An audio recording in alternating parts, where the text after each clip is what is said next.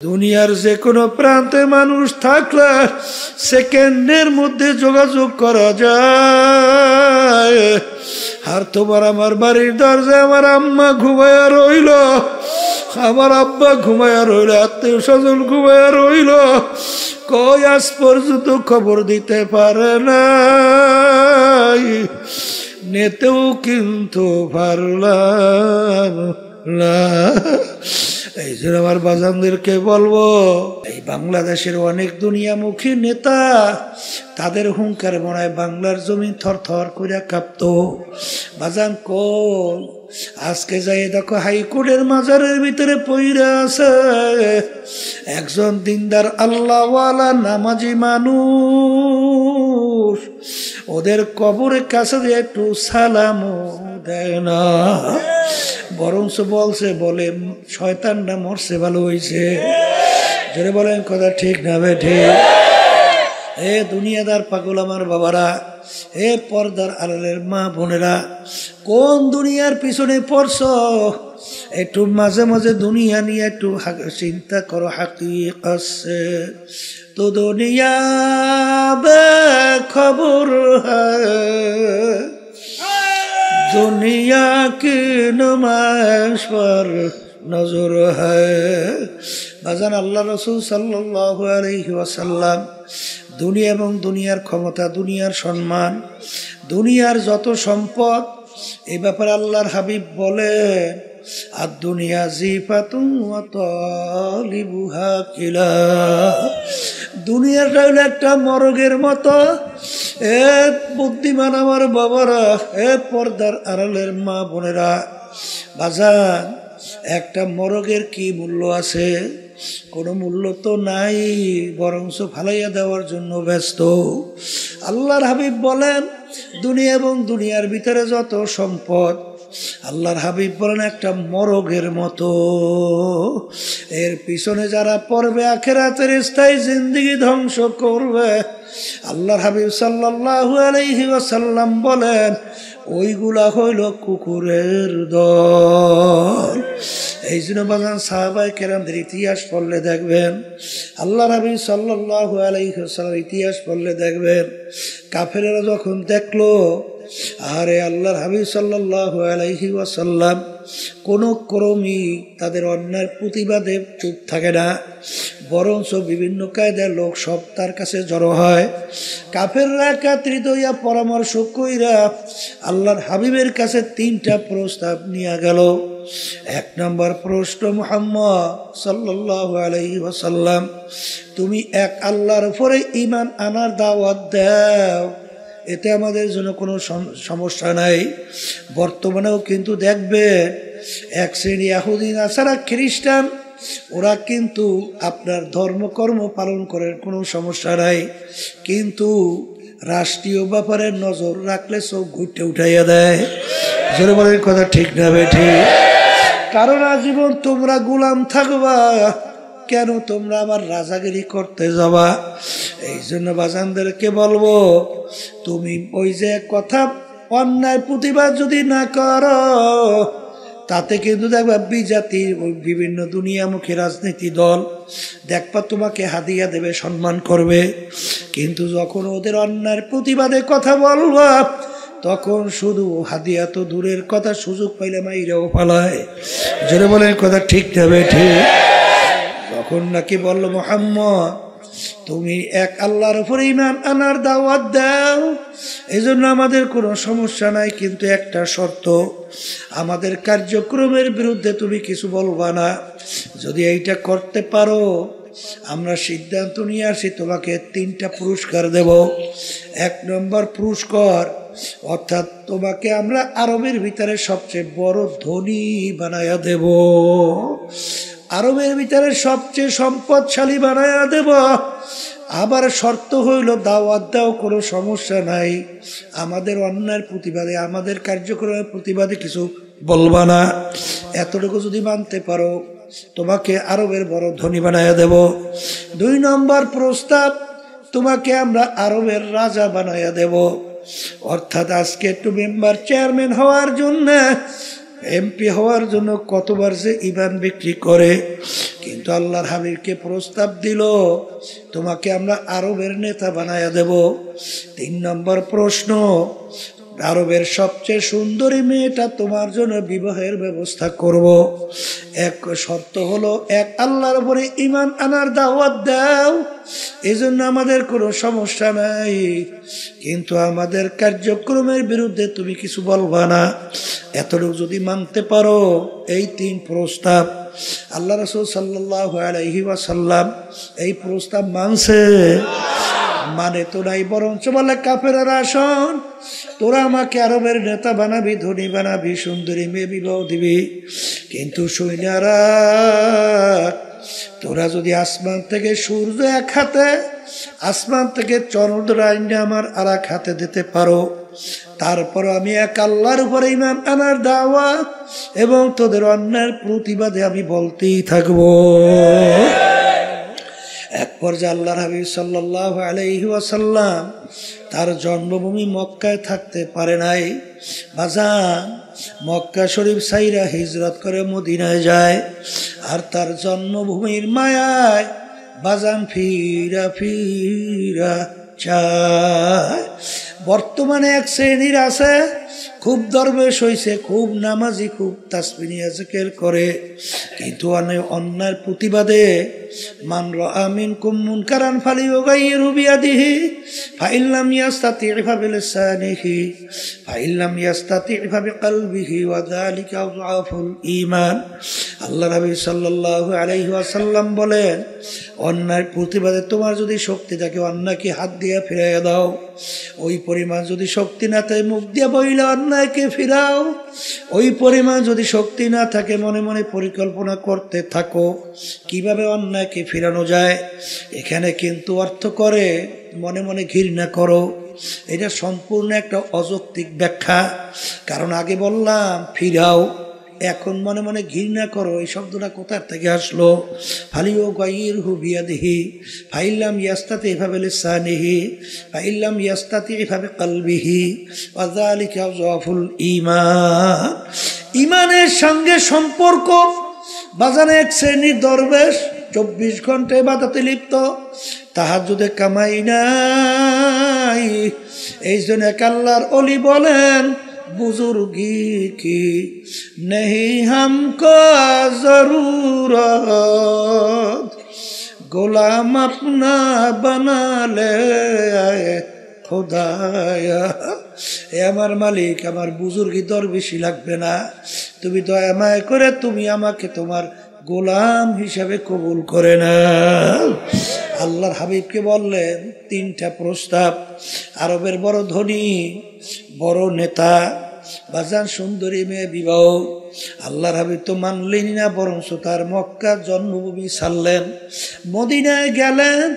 বাজান জন্মভূমির মায়ায় মক্কায় ফিরা ফিরা তাকাইলেন। ঠিক আমার বাজানদেরকে বলবো, আমরা যারা নায়েবে রাসূল দাবি করি, আল উলামা ওয়ারাসাতুল আম্বিয়া, নবী কিন্তু নাই, কোনোদিন আসবে না।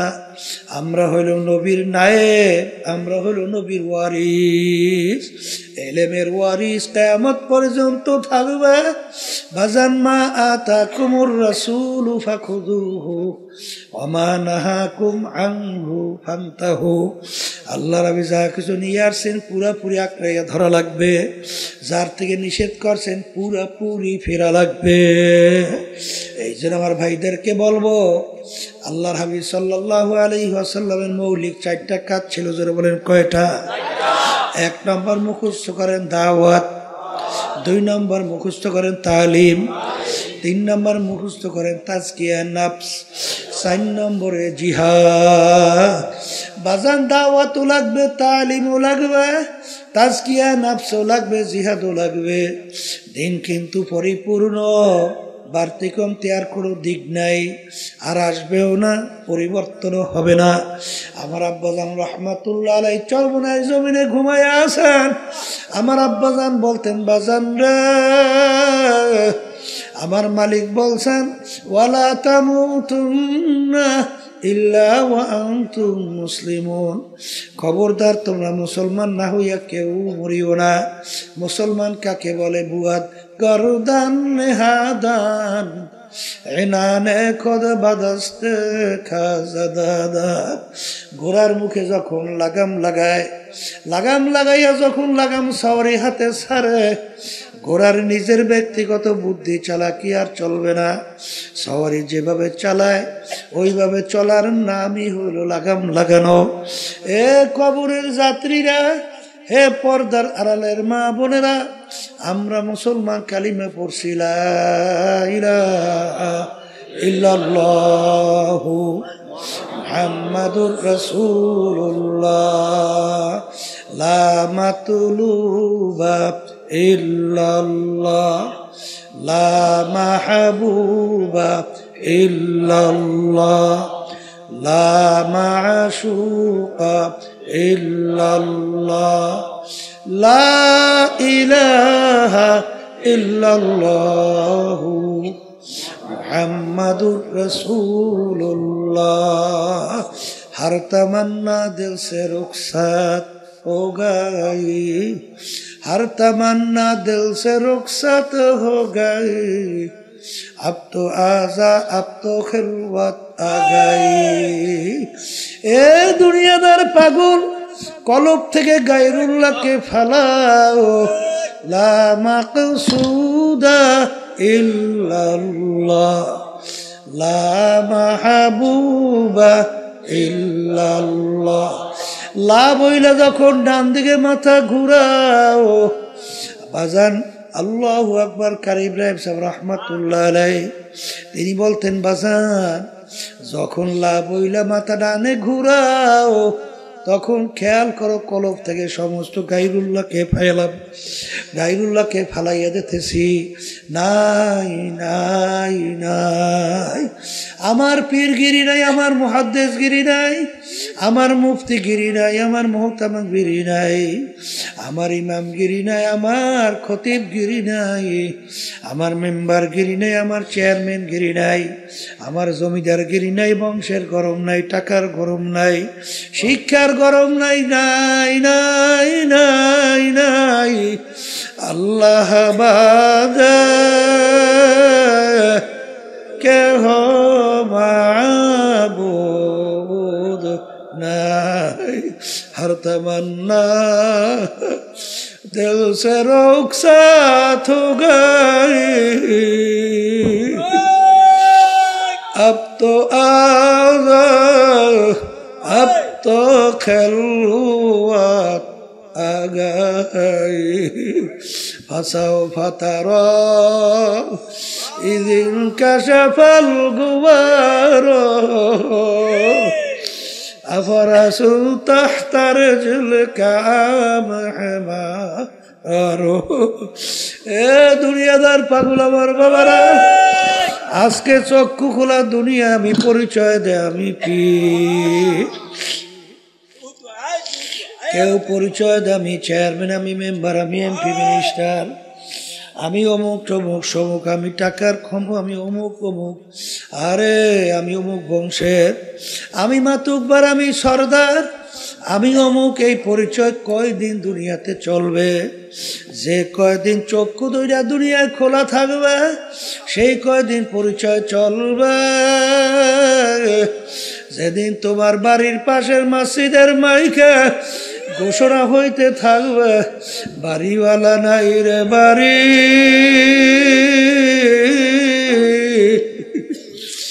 নাই রে দুনিয়াতে। আল্লাহু আল্লাহ। এখন তাকাইয়া দেখো, কই তোমার টাকার গরম, কই তোমার ক্ষমতার গরম, কই তোমার বংশের গরম? তোমরা কই নেই যে এই পাশের মাইক দূরের মাইক একরকমের শব্দ রাখতে বলি নাই?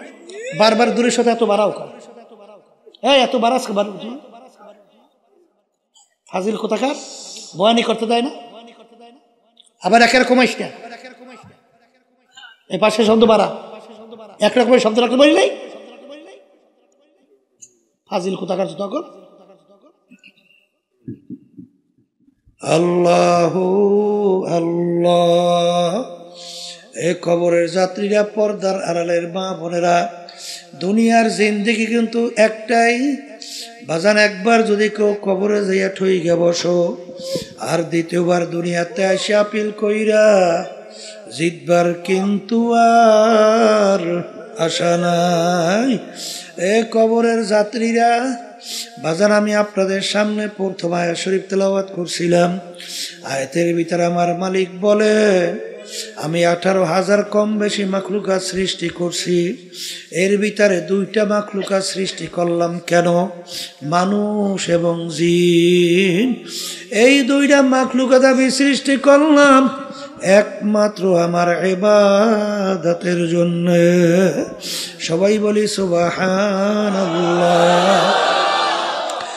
এ কবরের যাত্রীরা, মালিক আমাদেরকে বানাইছেন তার ইবাদতের জন্য। এখন বলতে পারেন হুজুর, অন্যান্য মাখলুকাতগুলো আমার মালিক কেন বানাইলেন? আমার মালিক অন্য আয়াতে বলেন, ওয়া খুলিকা লাকুম মা ফিল আরদি জামিআ। অন্যান্য মাখলুকাতগুলো আমি বানাইছি তোমাদের জন্য। এ কবরের যাত্রীরা, এ পর্দার আড়ালের মা বোনেরা, বাজার সূর্য আমাদের মানুষের দরকার আছে না নাই? একটা মানুষ যদি দুনিয়ায় না থাকে সূর্যের কিন্তু কিছু আসে যায় না। বাজান গাছ আমাদের দরকার আছে না নাই? মাছ আমাদের দরকার আছে না নাই? গরু আমাদের দরকার আছে না নাই? একটা মানুষ দুনিয়ায় না থাকলে গরুর কিন্তু কিছু আসে যায় না, মাছের কিন্তু কিছু আসে যায় না।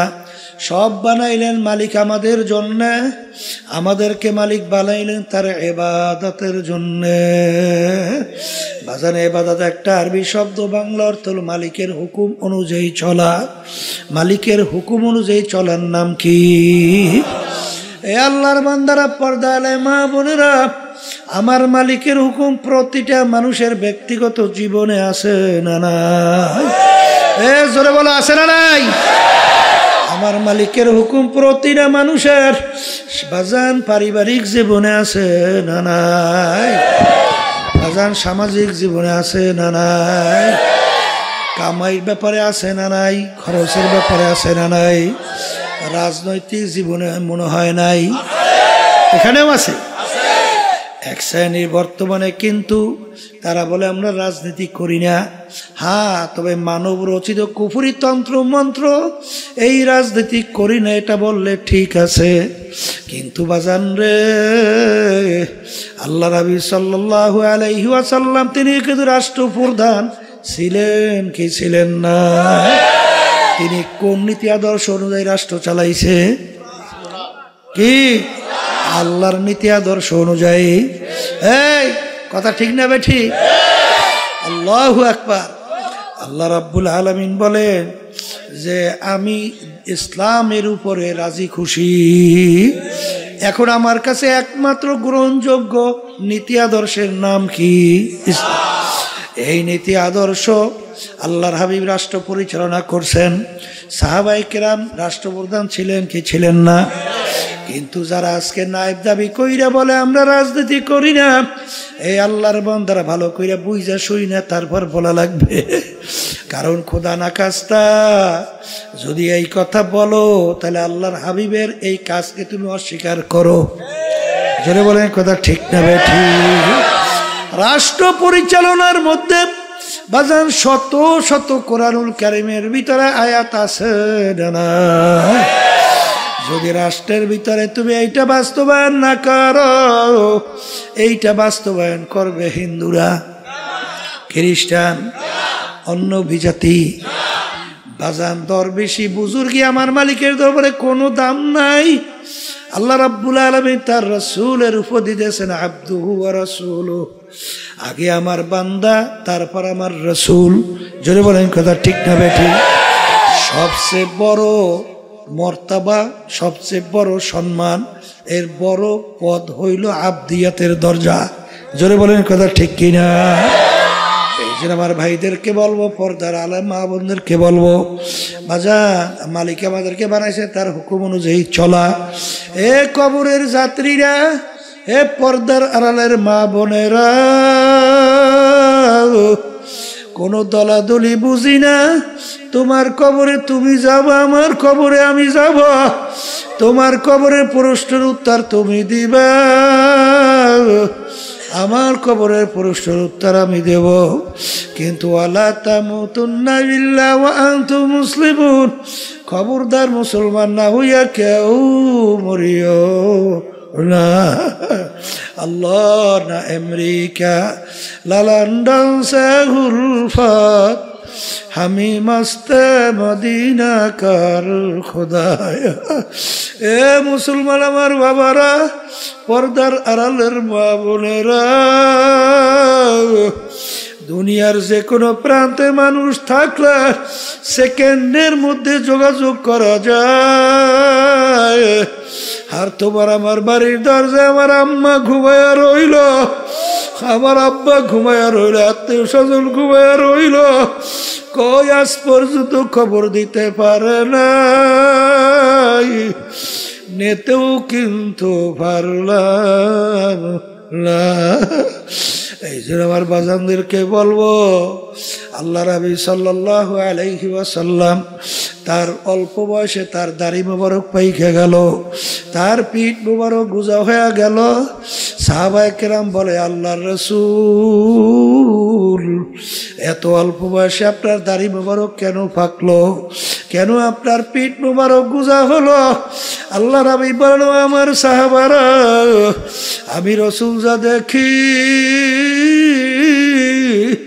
তোমরা তো দেখো না, আমি রাসূল যা জানি তোমরা তো জানো না, আমি রাসূল যা শুনি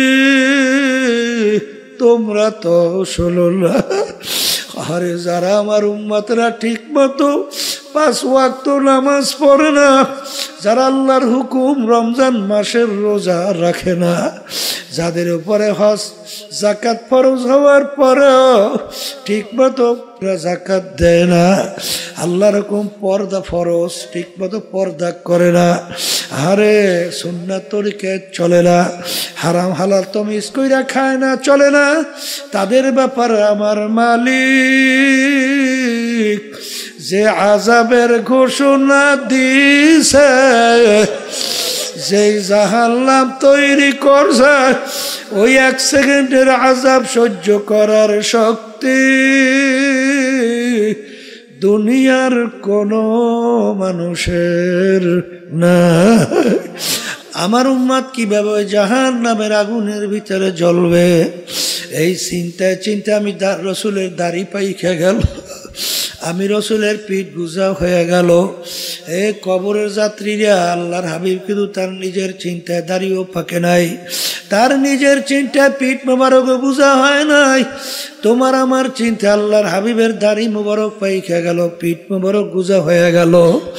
আমার বাজানদেরকে বলবো, পর্দালে মা বোনদেরকে বলবো, কি যাতনা বিষে বুঝিবে সে কিসে, কি যাতনা বিষে বুঝিবে সে কিসে, কবু আসি বিষে ধ্বংসিনী যারে। বাজান তোমার আমার চেষ্টাও নাই, চিন্তাও নাই, এই জন্য চোখেও পানি নাই। ধরাকে সরা জ্ঞান মনে করো না, যা মনে করে তা করো, কিন্তু মনকে বুঝো রে মন, দুনিয়া কিন্তু থাকার জায়গা না, কেউ কোনোদিন থাকতে পারে নাই, কেউ কোনোদিন থাকতে পারবেও না। কিন্তু নাফরমান হইয়া যদি কেউ কবরে যাইয়া শুইয়া বসো, আরে আমার মালিক বলেন, এই কবর কিন্তু আসল কবর থাকবে না, নাফরমানের কবরের ভিতরে জাহান্নামের আগুন এসে ভইরা যাবে। আল্লাহ আপনি আমাকে আমাদের সবাইকে মাফ কইরা দিন। আল্লাহ আল্লাহ তোমার আমার চিন্তাও নাই, চেষ্টাও নাই, এই জন্য চোখের মধ্যেও পানি নাই। কিন্তু ওসমান গনি রাদিয়াল্লাহু তাআলা আনহু ইতিহাস পড়লে দেখবে, অনেক সময় কবর দেখলে এমন ভাবে অজরে কান্না শুরু করতেন, কানতে কানতে দাঁড়ানো অবস্থায় ঠাস করে বইসা পড়তো। লোকেরা বলে, আমির কবর দেখলে এরকম কেন? আমি অস্থির হইয়া তিনি বলে, ও আমার সাথীরা, আখিরাতের যে কয়টা ঘাটি তার প্রথম নম্বর ঘাটি হইল কবর। এই কবরে যার সঙ্গে ভালো ব্যবহার হবে, সামনের ঘাটিতেও ভালো ব্যবহারের আশা করা যায়। এই জন্য আমি কবর দেখলে সহ্য করতে পারি না। যেই মামলার তদবির নাই, সেই মামলারও কিন্তু খালাস নাই। আল্লাহর নবীর ইতিহাস পড়িয়া দেখো, সাহাবায়ে কেরামদের ইতিহাস পড়িয়া দেখো। বাজান ওমর ফারুক রাদিয়াল্লাহু তাআলা আনহু, মাওলার ভয়, তার আযাব গজবের ভয়, কানতে কানতে গাল মুবারকের ভিতরে দুইটা কালো দাগ পড়ছিল। লোকেরা বলে, আমির ঔষধ লাগান ভালো হবে। তিনি বলে, আমার সাথীরা, কিয়ামতের ময়দানে মালিক যখন জিজ্ঞাসা করবে, ওমর কি আমল নিয়ে বলবো, মালিক তোমার ভয়, তোমার জাহান্নামের ভয়, তোমার আযাব গজবের ভয়। কানতে কানতে গালে দাগ পরে নিয়ে আসছি। বাজার এই ওমর ফারুক রাদিয়াল্লাহু তাআলা আনহু ইতিহাস পড়লে দেখবার রাস্তা দিয়ে হাঁটতেন, ভেজা কুটা নাড়া হাতের ভিতরে উঠাইয়া তাকাইয়া তাকাইয়া দুই চোখের পানি ফালাইয়া কান্দে আর বলে, ভেজা কুটা নাড়া, তুই আমার চেয়ে অনেক ভালো, তোর কোনো হিসাব নাই, নিকাশ নাই, বেহেশত নাই, জাহান্নামও নাই, কিন্তু আমি ওমর মানুষ, আমার মালিকের সামনে দাঁড়াইয়া হিসাব দেওয়া লাগবে। এ ভেজা কুটা নাড়া, তুই আমার চেয়ে অনেক ভালো। যেই মামলার তদবির নাই তার কিন্তু খালাস নাই। আল্লাহর ওলিদের ইতিহাস পড়লে দেখব, তারা কানতে কানতে আমার মাওলার কবরে চইলে গেল। বাজান কোন দুনিয়ার পিছনে পড়ছো? দুনিয়া কিন্তু ফাঁকি, দুনিয়া কিন্তু ফাঁকি। পিছনের দিকে তাকাইয়া দেখো, ল্যাংটইয়া দৌড়দৌড়ি করছিলাম, মনে পড়ে কি পড়ে না? ওদিকে এখন আয়নার সামনে যখন চেহারার দিকে তাকাই, দেখি কাঁচা দাড়িগুলো পাইকা সাদা হইয়া গেল, দাঁতগুলা পইরা বকরা হইয়া গেল। আরে এখন লাঠি নিয়ে অনেকে ঠ্যাক দিয়ে হাঁটা লাগে। এরকম করতে করতে একদিন ঘোষণা হবে, আরে বাড়িওয়ালার বাড়িতে নাই। এই জন্য আমার বাজানদেরকে বলবো, কিয়ামতের ময়দানে একজন আর একজনকে জিজ্ঞাসা করবে, ভাই কামলা বিছনা, আমরা দুনিয়ার ভিতরে কতদিন ছিলাম? একজনে বলবে লাবিসনা ইয়াওমান আও বা'যা ইয়াওম, একদিন অথবা একদিনের কিছু অংশ আমরা দুনিয়ার মধ্যে মনে হয় ছিলাম। আরে আর একজন বলবে, না আমার তো মনে হয় যারা হিসাব রাখছে তারাই বলতে পারবে। ফাস আলিল আদিন, যারা হিসাব রাখছে তারাই বলতে পারবে। আমার তো মনে হয় ঘরে এক দরজা থেকে ঢুকছি, অন্য দরওয়াজা থেকে বের হইয়া আসছি, অর্থাৎ ঢুকলাম বের হইলাম। এইটাই তো আমার মনে হয় দুনিয়ার জিন্দেগি ছিল। আসলে কিছু না ফাঁকি, আসলে একটু মাঝে মাঝে চক্ষু বন্ধ কইরা মুরাকাবা করো, দেখবা সব ফাঁকি আর ফাঁকি।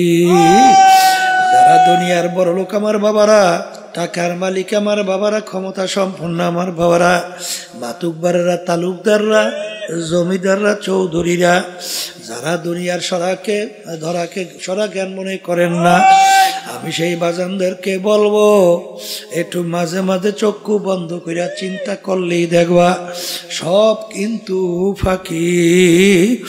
এই জন্য আমার বাজানদেরকে বলবো, পর্দা আলে মা বোনদেরকে বলবো, দুনিয়ার স্বাধীনতা পাইয়া যারা দুনিয়ামুখী রাজনৈতিক মানব রচিত তন্ত্রের মন্ত্র পিছনে, যারা নাকি প্রচলিত গণতন্ত্র, যার প্রবক্তা আমেরিকার প্রাক্তন প্রেসিডেন্ট আব্রাহাম লিঙ্কন বলছিল government of the people, by the people, for the people. তিনি এক কথায় বুঝাতে চায় সমস্ত ক্ষমতার মালিক জনগণ। জোরে বলো নাউজুবিল্লাহ। এই নীতি আদর্শ কিন্তু বিএনপি লালন করে, আওয়ামী লীগও করে, জাতীয় পার্টি করে, দুনিয়ার সমস্তমুখী রাজনীতি দল করে।